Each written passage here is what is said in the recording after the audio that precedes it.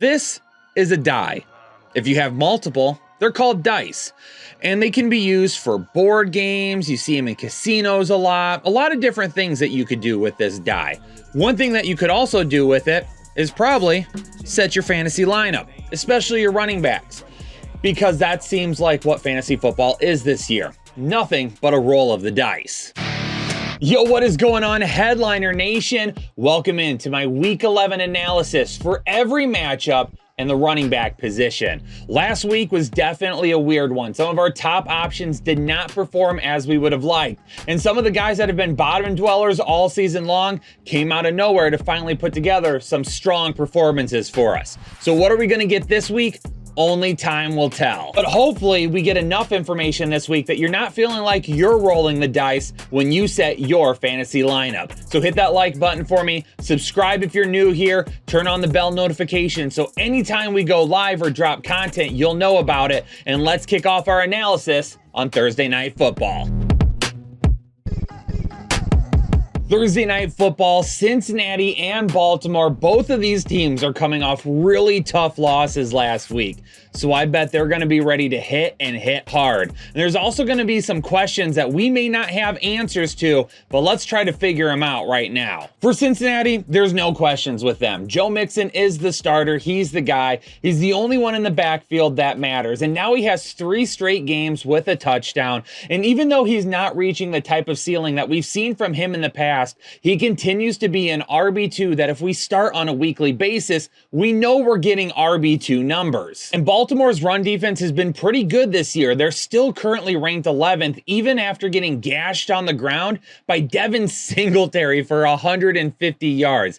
I barely made it through that sentence without laughing. But the question really becomes, what type of game are we going to get? Because if Cincinnati doesn't have it figured out and is not at 100% for this game, they could end up falling behind to Baltimore, playing catch up, and then Joe Mixon is going to lose a lot of the volume that we would hope that he would have. Now, maybe to start the game, Cincinnati says, we're going to pound the football, we'll throw it when we need to, but we really need to keep the ball in our hands and away from Lamar Jackson as much as possible. Those first half numbers could look okay for Joe Mixon, but it really is a toss-up. He's still going to be a low-end to mid-end RB2 for me, and if this game goes correctly for Cincinnati, he could reach some high RB2 numbers. The main questions in this matchup are going to be between Gus Edwards and Keaton Mitchell, and I've removed Justice Hill from the slide completely because I'm not really worried about his fantasy value anymore.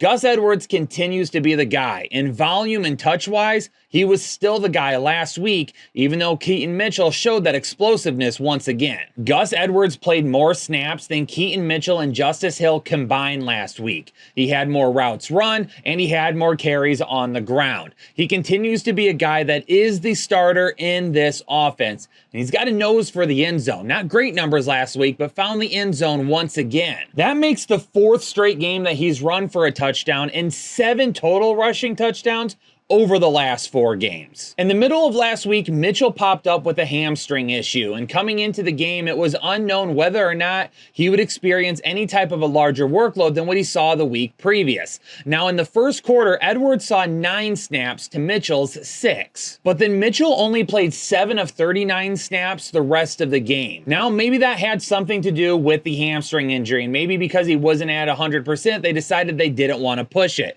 So it's something we're going to want to keep an eye on this week, and one of the reasons why he is in yellow and Gus Edwards is in green. In this matchup, I would fully expect Gus Edwards to still see the lead back role and Mitchell to still sub in every once in a while. But how much will that be? And if Keaton Mitchell doesn't hit a big play, what will his fantasy numbers actually look like? Because he had that big 39-yard touchdown run, but he also lost yards over his last 2 carries. And while he did have 1 big play in the passing game, it was his only play in the passing game. So how much work does he actually get in this matchup?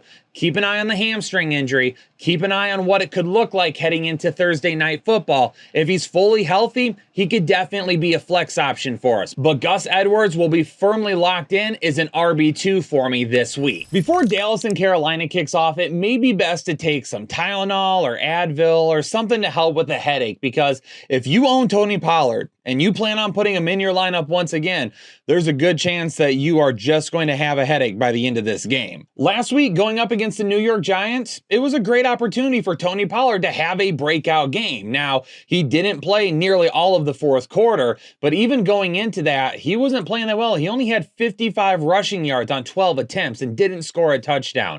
Now, this Carolina matchup is going to be a little bit better. So if you're not able to trade Tony Pollard before then, the hope is that he does have a good game here finally, and then maybe at that point gains a little bit of value for you to move on for somebody else. Carolina's defense is currently ranked 26th against the run, and they give up the second most fantasy points to running backs. Now, they do a pretty good job against the pass. So Dak Prescott going absolutely ham in this game may not end up happening the way it has as of recent. So maybe we do see a little bit more Tony Pollard. Maybe they can run the ball with a little bit more success. And for now, Rico Dowdle, he's not showing up on the slide. But if he has another game like he did last week, even if it's in favor of Tony Pollard at the end of the game, I still would definitely think that the better he looks, the more touches he ends up getting, especially if Tony Pollard cannot kick it into gear very soon. The Carolina backfield is basically a mess now at this point. Just a couple of weeks ago, it appeared that Miles Sanders has been faded out of the backfield and wasn't even being considered anymore after his injury. But last week, he got his largest workload that he has seen since his injury, and partly because Chuba Hubbard hasn't done anything to pull away with the job as of yet. And unfortunately, this isn't really the matchup to see things get better for either of these guys. Dallas right now ranked right in the middle of the pack against the run, but they allow the 6th fewest fantasy points to the running back position. They don't allow a whole lot of passing work to the running backs, and they don't allow a whole lot of touchdowns either. And that doesn't spell anything good for either of these guys in this really, really tough matchup. So even though Chuba Hubbard is a guy that we were holding on to, hoping that he could take over as the starter, for now, he's regulated to the bench and really close to being sent to waivers. Pittsburgh and Cleveland are also going to be meeting up for another tough AFC North battle, and this one is probably going to be just as good as the other one this week. Pittsburgh right now playing really well, surprising a lot of people, even if they aren't being super flashy about it, and Cleveland off that big win last week is going to look to continue rolling at home. Now for Cleveland, outside of 2 big plays to Keaton Mitchell, one on the ground and one through the air, they really did contain the running back position. Gus Edwards had a short touchdown later on in the game, but he wasn't really able to get anything going either. This is still a really tough defense on the ground. And even though Najee Harris has been playing really well as of late, I don't know if it keeps up in this one. Over the last 2 games, Jaylen Warren has ran for nearly 200 yards on only 26 carries. He's showing explosiveness, and he's being much more efficient on the ground right now than what Najee Harris is. But he's typically helping in the passing game more often as well. So for me, I'm willing to bank on Jaylen Warren this week and not Najee Harris. Now, definitely Najee Harris will still be inside the top 30 because I think Pittsburgh, for the most part, is just going to try and pound the football and go right after Cleveland's defense. They know if they get into a situation where Kenny Pickett has to throw and throw and throw and throw, it's not going to work out for them. Try to control the game on the ground as much as possible, and they'll have a fighting shot in this one. But with his big playability and his work through the air, Jaylen Warren feels a lot safer, while Najee Harris carries a ton of risk, especially if he doesn't score a touchdown. Jerome Ford finally put together a whole consistent game on the ground. His biggest issue this year so far has been the fact that he'll rip off a huge play and then the rest of the game super inefficient. If you give him the holes and you open things up, he'll take off for some big gains. But so far he's had some trouble with his vision and being patient behind the line of scrimmage. Now last week he did run for 107 yards on 17 carries, which is great, but he didn't score a touchdown, and he saw the fewest amount of targets that he has seen in a game since week 1. So he was only able to finish as the RB21 last week in a week where there was a lot of down performances. Pittsburgh is currently ranked 25th against the run in the NFL, and this seems like a really solid matchup for Jerome Ford, and that's why I'm going to keep him in green. He should still be the lead back, and he should still see the majority of the touches on this offense. Kareem Hunt is going to snipe him inside the red zone and inside the 10, which is going to take away a little bit of value. But just keep in mind, a couple of weeks ago, when they played Arizona, Jerome Ford couldn't get anything going. He ran the ball 20 times for only 44 yards. He did see 7 targets in that game. So in this matchup here, if he can show the same efficiency that he did in a tough matchup last week, he should have a much bigger game. In fact, he could even be inside the top 12. But if he doesn't have that same efficiency and he struggles once again or doesn't get the targets in the passing game, you're looking at more of a low-end RB2 instead of a potential bottom-end RB1. From an AFC North battle to an NFC North battle, although this game might not be as big of a battle as the other one. Detroit's playing really well right now, and even though Chicago has found a couple of wins with Tyson Bagent, they're going to have their work cut out for them heading into Detroit on Sunday. There's a really good chance that Khalil Herbert is going to be activated for this game, and if that happens, it's going to cut into D'Onta Foreman's workload a little bit, but they're going to be kind of the 1A, 1B moving forward. But D'Onta Foreman on the ground this week is going to have one of his toughest matchups that he's seen so far this year, but this Detroit Lions team currently allows the 3rd fewest rushing yards in the NFL and the 5th fewest fantasy points to the running back position. In fact, they've only allowed 68 rushing yards over the last 2 games to Austin Ekeler and Josh Jacobs, and those are some pretty good running backs to be holding down. So this Detroit Lion defense is no joke on the ground. They do a good job of stopping the running back position, and really for D'Onta Foreman, he's going to have to hope that Chicago can get him in the red zone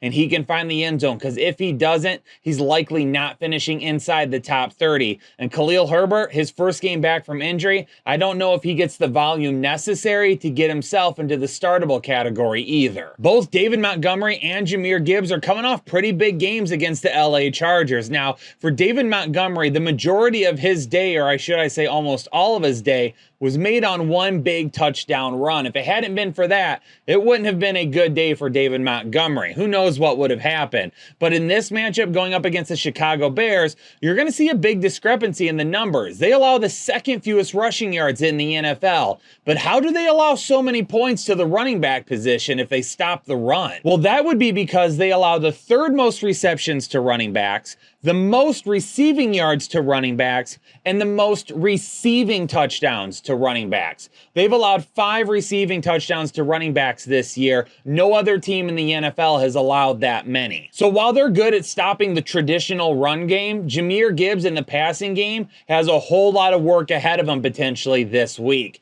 David Montgomery is still going to have some touchdown upside though, because Detroit should still be able to move the ball through the air against this Chicago team. And Detroit playing at home, you know they're going to put on a show. They do every time on offense. So David Montgomery has the touchdown upside, but Jahmyr Gibbs has the big play potential and the touchdown upside with him. Could you start David Montgomery this week? Yeah, I'm probably still starting him. Preferably maybe as like a flex option, but Jahmyr Gibbs likely is at least a high RB2. If we're going to bring home some fantasy championships this year, then this matchup right here is going to feature 2 running backs that we need to really start blowing up and help carry us there. Austin Ekeler and the Los Angeles Chargers against Aaron Jones and the Green Bay Packers. And I kept trying to tell you all, after Austin Ekeler's first 2 games back after being injured, they were duds. And I said, listen, last year, to begin the season, he also had a couple of duds and then started to take off after that.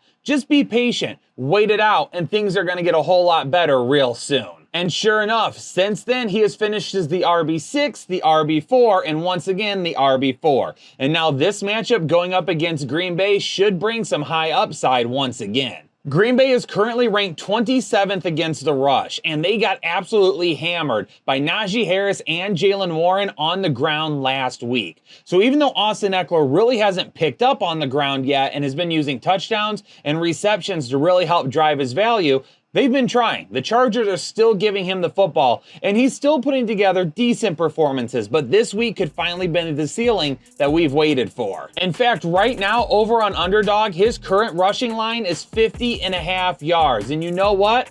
That's going to be my Underdog pick'em to play this week, and I'm hammering the higher side of that. And yeah, Ekeler unfortunately has only hit that number twice this season, but I absolutely have a feeling that after they got ran over by Jaylen Warren last week, that Austin Ekeler could do at least half of that, which would still put him over the 50.5 mark. But if you're wanting to play that pick'em along with any other pick'ems that we talk about throughout the week, make sure you get signed up over on Underdog. Myself, I was up $750 last week, and our Discord was absolutely popping with tons of green tickets. We are absolutely nailing the hits right now. Download the Underdog app, use code word headliners when you sign up, and make your deposit. Your first time deposit will be matched by Underdog up to $100, and you're gonna get a special pick'em that's almost guaranteed to hit that you can pair right along with this Austin Ekeler one. Now, Aaron Jones could end up being a little bit of a different story. I'm still willing to throw him in my lineup, and I still feel like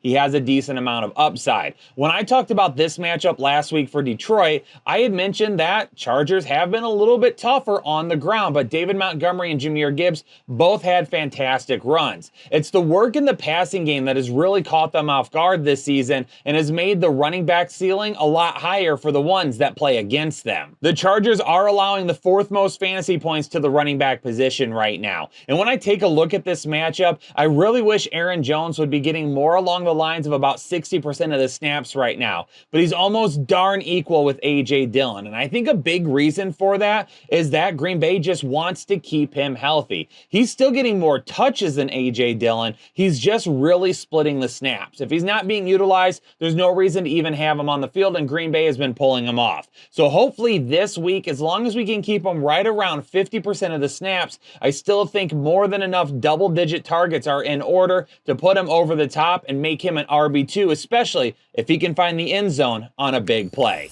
James Conner back and healthy. Devin Singletary popping off out of nowhere. Last week, both of these running backs showcased something that we hadn't seen in quite a while from them. Houston is a much tougher matchup on the ground than what I feel like people give them credit for, currently allowing the 8th fewest rushing yards in the league. And with James Conner, it may not feel great seeing his name in green, seeing that it is a tough matchup, but I'm going to have him there not because of the ceiling, but because of his potential floor instead. When Conner is healthy, he's the guy in the backfield. You don't have to worry about him losing a ton of touches or even snaps to anybody else. He played 41 snaps last week to Keontae Ingram's 14. So you know when he's on the field and healthy, he's going to be out there more than a majority of the time. Now, he didn't see a target in the passing game, and he really didn't even get any work in the passing game, but that could probably come back once he's closer to 100%. And that could be coming sooner rather than later. But he was questionable throughout all of last week and wasn't even really anticipated to play until later in the week.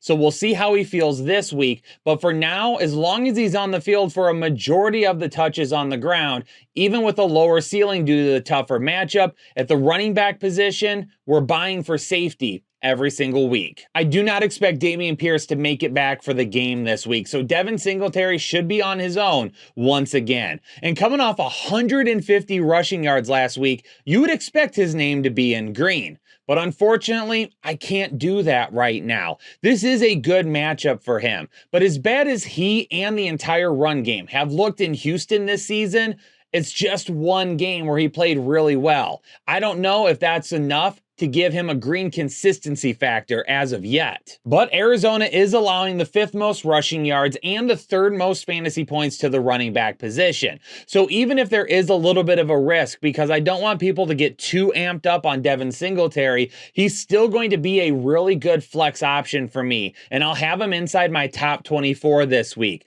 Just be super cautious. I don't know if I'm banking on 150 rushing yards once again, and that's why there is a little bit of a concern with him. But hopefully you listened to this and understood it, and you didn't just look at the graphics. Prior to week 10, Derrick Henry had been a top 10 running back in 3 of his last 5 games and a top 24 running back in 4 of those 5 games.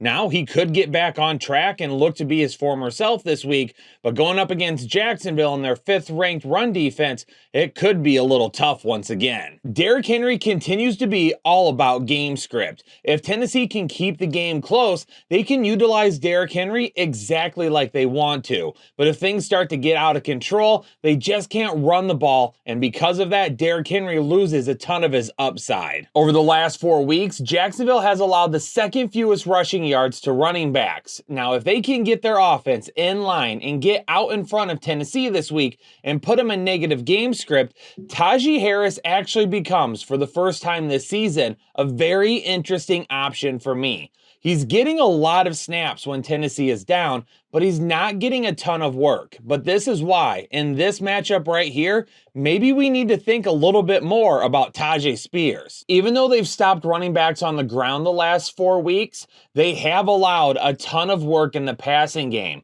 Because in that same amount of time, they have allowed the most receptions and the second most receiving yards to running backs. So, if Tennessee is in a negative game script, and they've got to get Tyjae Spears out there and in the passing game, he could be an option for a few dump-offs and a few big gains. He doesn't have a ton of upside for me, but given those numbers from the Jags, definitely would consider him in PPR leagues as a flex option this week. Travis Etienne didn't do a whole lot last week, but he really didn't get an opportunity to either. He only ended up having 9 carries, and this game was out of reach for a majority of the day. Jacksonville's offense just didn't have it, and because of that, San Francisco took advantage and put it on them early and often. It made sense. Let Travis Etienne rest a little bit. Doug Peterson has made some comments about wanting to keep his amount of work in check down the stretch so he's healthy for the playoffs. So I wouldn't be surprised if we do see them dial him back just a little bit. But hopefully this game was enough of a resting point for him that we can still see right around 20 touches a game. Over the last 4 weeks, Tennessee has allowed the 8th most rushing yards to the running back position. So there is an opportunity that if Jacksonville can really get themselves dialed back in, Travis Etienne should see more than enough touches on the ground to make up for the points that he missed out on last week. Las Vegas and Miami is going to bring my Manscaped must-watch matchup of the week. Josh Jacobs, 53 carries over the last 2 games. Raheem Mostert, the number 2 RB in fantasy football right now. And even Devon Achane could end up being back this week. That makes this the perfect matchup. And if you're looking to give the perfect gift this holiday season, then you better pick the perfect package through Manscaped. If you head on over to manscaped.com, use code word headliners at checkout, you're going to get 20% off your entire order and free shipping. Even though Josh Jacobs has seen a severe decrease in the passing game,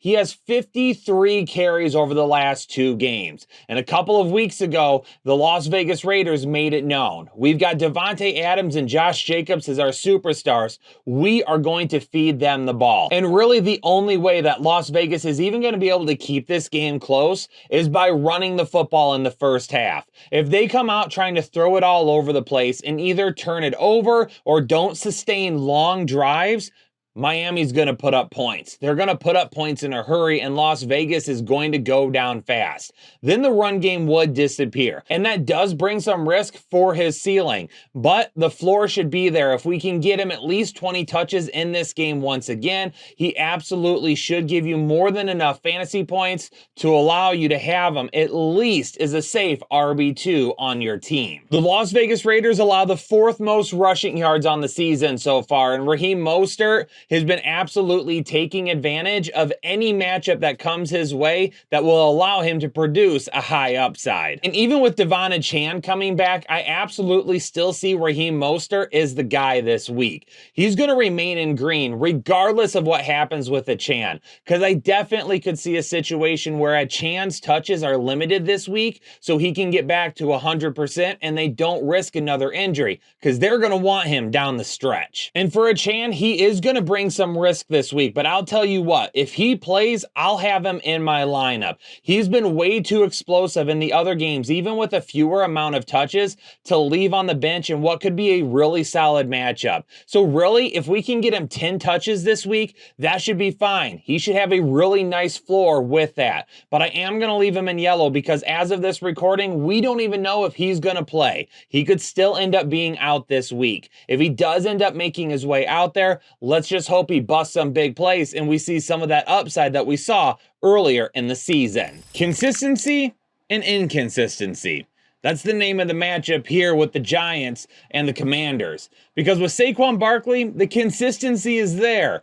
Maybe not in production or fantasy points, but definitely in the volume, because he's really the only thing that works in this Giants offense right now. We can go ahead and pencil him in for like 18 to 20 touches a game, easy. Inconsistencies is the Washington offense and Brian Robinson, because I never quite know what the Commanders are thinking in any given week with their run game. Just take a look at the last time these two teams played. The Giants aren't all that great against the run. They're currently ranked 24th against the run in the NFL. And the last time these two teams got together, they let Slingin' Sam Howell toss the ball all over the place in the first half, instead of running the ball with Brian Robinson. And it absolutely killed his value. He had no ceiling that week, even though he could have been one of the top running backs. Robinson only carried the ball 8 times for 23 yards in that game, barely averaging 2 yards a carry. And then the week after that, against the #1 ranked defense against the run in the NFL, the Philadelphia Eagles, he only gets 10 carries, but he runs for 59 yards. That's actually pretty good against Philadelphia, 5.9 yards per carry. Then this past week, in what was a tough matchup against Seattle, he comes out of nowhere and catches all 6 of his targets for over 100 yards and a touchdown. All of those numbers season high for him in the passing game. So again, inconsistencies in Washington make it really tough to figure out on a weekly basis what we're going to find. With as bad as the New York Giants are right now, you really have to expect that Washington is going to be able to command this game and run the football with Brian Robinson. But I can't put him in green, because every time I put him in green and I'm like, hey, smash game for Brian Robinson, somehow Washington finds a way to screw it up. And while I think he has a really nice floor this week, his ceiling is all over the place, because he could run the ball 15 times. He could run the ball 8 times. He could run for 6 yards per carry. He could run for 2 yards per carry. He could get some work in the passing game. He couldn't. He could score. He may not. I think you see my dilemma. So if you have Brian Robinson, you've got to start him in this matchup. Just know the range of outcomes is anywhere from probably like running back 1 to running back 50. If you all will give me just a second here, what I need to explain to you is actually super important. So put your listening ears on. While it is true that within the realm of fantasy football, we really care about the fantasy points being scored, you have to look at other statistics and you have to look at other pieces of evidence to try and figure out how likely is it that a player continues to score those types of fantasy points, or has a higher upside, or has a lower floor, or how volatile is a player every single week. Regardless of how they're scoring their points, the other statistics cannot be ignored just because you don't care about them. And that is exactly the case with Rachaad White. Now, to begin the season, Rachaad White looked awful. He wasn't doing anything. And now he's on a little bit of a run here in the middle of the season that is absolutely making him a must start every single week. But how we are getting there is just as important as the numbers that he is putting up that puts the fantasy points on your roster. Because right now, Rachaad White ranks outside the top 25 of almost every statistical category that shows efficiency for running backs. I mean, the guy is only averaging 3.3 yards per carry. And I know yards per carry don't tell the entire story, but what about these stats? His 3.3 yards per carry ranks 33rd among running backs. His 2.34 yards after contact per attempt ranks 44th among running backs. His 0.17 avoided tackles per attempt, 29th among running backs. His 0.30 fantasy points per snapped, 28th among running backs. And his 0.81 fantasy points per touch, 29th among running backs. Now, that's just a few tidbits of information to really help reinforce that he's awful on the ground. There is nothing that you can say that would convince me or anyone else that Rachaad White has been a good running back this year. He is saved solely off the last few weeks of his passing work. And this past week is probably the best example of how lucky that can be. Because while it was great that he got 20 rushing attempts, he only ran for 51 yards. He barely averaged 2 yards per carry. And while he did have a 43-yard touchdown reception, he had 47 total receiving yards on 2 catches. It was one big play that became a touchdown that made his day. So are you starting Rachaad White? Absolutely. But please, for the love of it, spare me the argument of how great you think Rachaad White is, because there's no evidence to support that. And I will continue to stand by the evidence that I have gathered for you and said that Rachaad White is way closer to being James White than he is to being Alvin Kamara. Now, with all that being said, he has still finished as a top 12 running back each of the last 3 weeks, and a top 24 running back each of the last 4 weeks. So you're putting him in your lineup, and if you're in a half PPR or even a full PPR league, which would be better, Rachaad White is still giving you fantasy value. So I'm not telling you to sit him. I'm just telling you that his fantasy production really is reliant on touchdowns and hopefully enough receiving work to prop him up, whether it's 1 play, 2 plays, or 5 plays. He's got to get it done. And this matchup on the ground and against a tough defense this week is not going to make it easy for him. As far as Christian McCaffrey goes, we saw his touchdown streak come to an end this past week. Kyle Shanahan sure tried his best to get it in there. But now he gets a Bucs defense that is ranked 6th against the run, allows the 2nd fewest fantasy points to the running back position, and is one of 2 teams to not allow a rushing touchdown yet in 2023. So while Christian McCaffrey continues to be an automatic start for us every single week, just know that his work in the passing game will be the most important factor towards him reaching some high upside status this week. Because if not, we could definitely see San Francisco throwing the ball a little bit more often and Christian McCaffrey having one of his lower performances of the year. For the Jets and the Bills, I need to give the Jets credit while I give a little bit of a stern talking to the Buffalo Bills. To begin the season, the Jets were working Breece Hall along slowly, and it makes sense. Given the injury that he was coming off of last season, you weren't going to put him back on the field week 1 with a full workload. But as the season has progressed, you can tell that the New York Jets have said, you know what?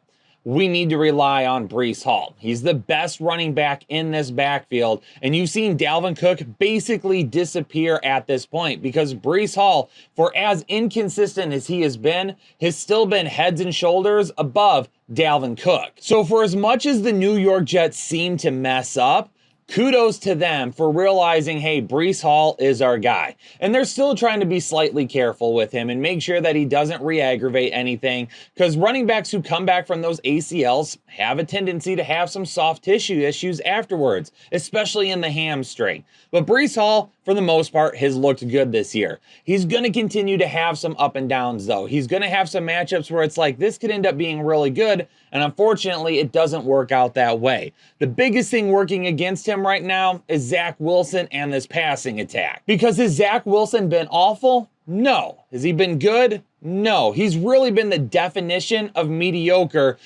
hinging towards maybe bad at sometimes. But because of that, it has allowed defenses to cue on Breece Hall maybe a little bit more than they would like. And because of that, he's just not seeing some of the explosiveness that we saw at the beginning of the season. He's going to have some good games down the stretch. And this matchup against Buffalo could end up being a game where we see a little bit of a mixed bag of outcomes for him. Maybe a couple of big plays here and there. Maybe not an overall great day for Breece Hall, but definitely one, because of the volume, should still have him as a top 12 option for me in week 11. Now let me scold the Buffalo Bills, because they seem to be absolutely trashing their season. I get that James Cook fumbled twice last night, and those were his first fumbles since his first game. 21 games in the NFL, James Cook had not had a fumble in that span. He fumbles on the first drive last night, which is going to happen, and he gets benched. He gets sat for Latavius Murray. And there's been other things happening throughout the year where it's just like they continue to give 95-year-old Latavius Murray more touches than James Cook, and it makes absolutely no sense. because James Cook continues to be better than Latavius Murray. I mean, James Cook is averaging over 5 yards per carry, a yard better than Latavius Murray. He's better in the passing game. He's more explosive. He has better hands. But they just seem to be sending Latavius Murray out there more and more and more, and then benching James Cook for a drive after he fumbles didn't make a whole lot of sense. Now they've signed Leonard Fournette, and for the most part I've told people I really feel like they're signing Leonard Fournette to take over for Latavius Murray than James Cook. But then Cook fumbled a second time last night, and everybody's going to have bad games. But it really feels like Buffalo is looking for a scapegoat. And they're making James Cook that guy, because you can't make franchise quarterback Josh Allen that guy. And Stephon Diggs is already upset with Allen, so you can't cause any more issues there. So you've got to find somebody on offense. And unfortunately, at this point, it looks like James Cook. Now, this matchup could end up being good for James Cook because the Jets allow the second most rushing yards in the NFL right now. But I really don't know what to expect this week. And that's why I have him listed in red. Yeah, he ran for over 100 yards, but if he got benched after one drive for one fumble, I really don't know what to expect for their next game after 2 fumbles. And everybody has bad games, so this doesn't necessarily mean I don't believe in James Cook anymore. I just don't believe in the Buffalo Bills and their offense to do the right thing. Leonard Fournette could end up being activated this week, and if that happens, him plus Murray plus Cook could really just create a whole lot of chaos. So in this matchup, if for some reason we find out Leonard Fournette will be elevated, I'm off James Cook for the week. If we find out that Leonard Fournette is not elevated, James Cook would bump up to a yellow for me and would be a top 24 option with just not a whole lot of upside. Now, people are starting to panic a little bit when it comes to Kenneth Walker, and I get that, and I understand why. You might either be frustrated, worried about him, or kind of wanting to move away from him. But as of right now, I really feel like we have to keep Kenneth Walker for the stretch run. Zach Charbonnet over the last 3 games has outsnapped him. But over the last 3 games, Kenneth Walker really hasn't been 100%. Now, he looked a lot better this past week because that big touchdown reception looked explosive and looked fast. So maybe moving forward, we find ourselves in a position where now that he is 100% healthy, we go back to seeing more Kenneth Walker than Zach Charbonnet. But I also know game script has a lot to do with it. It really is kind of the same situation that we're seeing with like Derrick Henry and Tyjae Spears. People are freaking out over Derrick Henry because Spears is seeing so many snaps, but Spears isn't doing anything with those snaps to be fantasy viable. And it's the same thing for Zach Charbonnet, because even though he has seen more snaps than Kenneth Walker recently, he hasn't finished as a top 24 running back all year long. And he's still barely averaging just over 3 fantasy points per game. So moving forward, if Kenneth Walker is healthy, I absolutely could see an instance where he gets back to being on the field way more often. And Walker is still going to continue to see more touches on the ground, while Charbonnet may be used in the passing game a little bit more as well. Yes, Walker had the big touchdown reception, but Charbonnet will probably continue to see more targets than what Walker would. So am I worried about Kenneth Walker? No, not really, because he's being utilized more, even if he isn't being used more. And I think there's a key difference there that a lot of people just don't understand. Just because you're being used and put on the field doesn't necessarily mean you're being utilized in the play calls that are going out there. Kenneth Walker clearly is. Zach Charbonnet really isn't. Kenneth Walker is doing more with less. Charbonnet is doing less with more. Now, I'm not trying to hate on Zach Charbonnet. I think he's a good running back. I just don't think that he's the guy right now, and Kenneth Walker clearly is.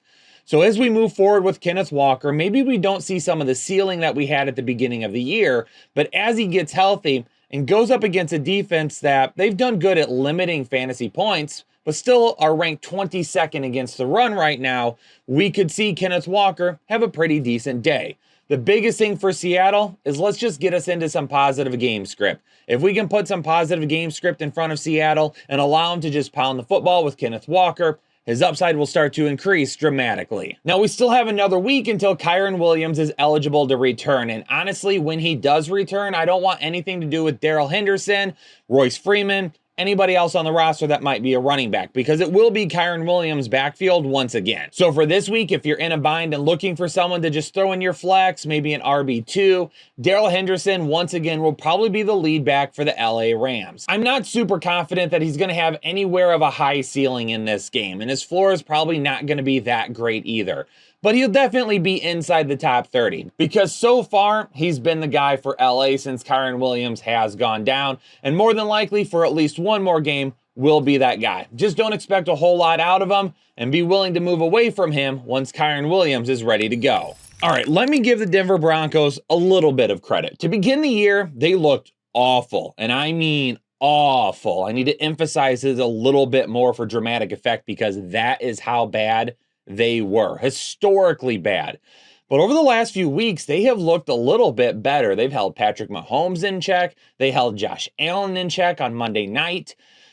On the ground, though, they still got some issues to work through. James Cook ran for over 100 yards, averaged over 9 yards per carry on Monday Night Football, and they've given up the 12th most rushing yards over the last 4 weeks. So while still things look a little bit better for them on defense, on the ground, they're still getting hit a little bit harder than what they would like.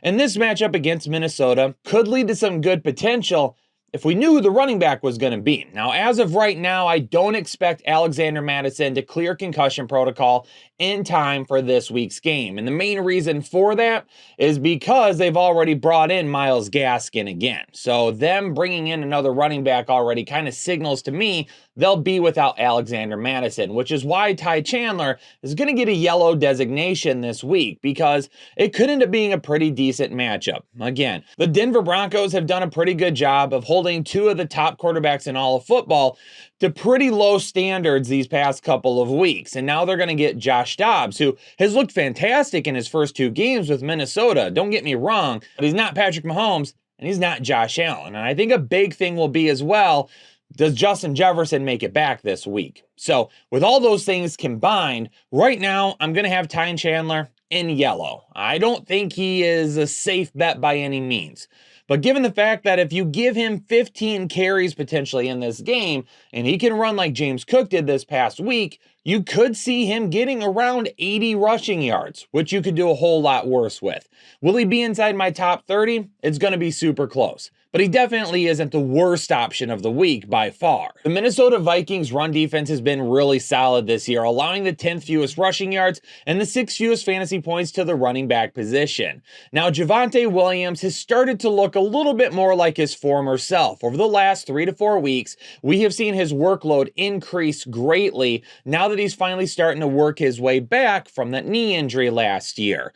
So his upside still hasn't really come around because some of that explosiveness that we used to saw with Javonte Williams, the ability to cut and make people miss, that hasn't really returned as of yet. And that might take a little bit of time. But if we can get this guy 15 to 20 touches a game, we're definitely in an area where he has a really nice floor every single week. He's also been included in the passing game a little bit more as well. Now, Jaleel McLaughlin, Samaje Perine, I removed them from the graphic completely as at this point because essentially they're the RB2 A and B. They're essentially splitting all of those RB2 snaps amongst each other. And because of that, there's not really a whole lot of fantasy viability there, seeing as how Javonte Williams has seen an increase in his role. So tough matchup for Javonte Williams. Absolutely. But if we can get him the touches he deserves and he gets a little bit of work in the passing game, he could still have a floor with inside the top 24.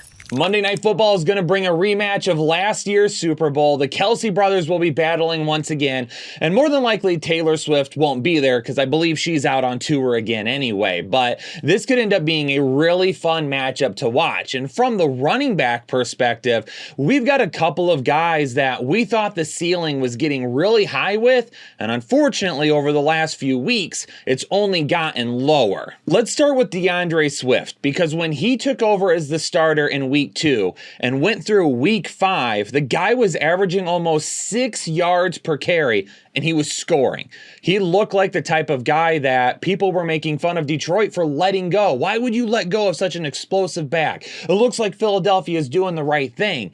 And then all of a sudden, we've seen that workload start to kind of catch up to him because he hasn't been nearly as efficient since. Because since week 6, when he ran for only 18 yards on 10 carries, he's barely averaged 3 yards per carry in that stretch. And when we saw that efficiency start to dip a little bit, it was okay because he got 16 total targets in week 5 and 6. That was more than the previous weeks combined. And that was great because even if some of that efficiency on the ground was starting to dip a little bit, it looked like his work in the passing game was going to increase, helping to prop up that floor. But since those 2 weeks, he's only had 8 total targets. He hasn't even come close to matching what he did in 2 weeks alone. So really for me at this point, it is becoming a concern what is going on with DeAndre Swift. He doesn't seem to be hurt. He doesn't seem to be banged up, but we also have seen his role in Detroit over the last couple of years be more of a limited role where they didn't want to overuse him too much and potentially lose him later in the season because he's missed way too many games. So do we see Philadelphia start to do that? Is all of this workload starting to catch up to him? Is he starting to slow down a little bit? Hopefully the bye week has given him some time to rest his body and we can get back to some of that high upside that we saw earlier in the year. But as of right now, DeAndre Swift is closer to being like a solid RB2 than he is to being an RB1 with top 5 upside. But Kansas City's run defense has gotten beat up a little bit more than it did at the beginning of the season. They've fallen to 17th in the league against the run. So hopefully this is the week to try and get DeAndre Swift going again.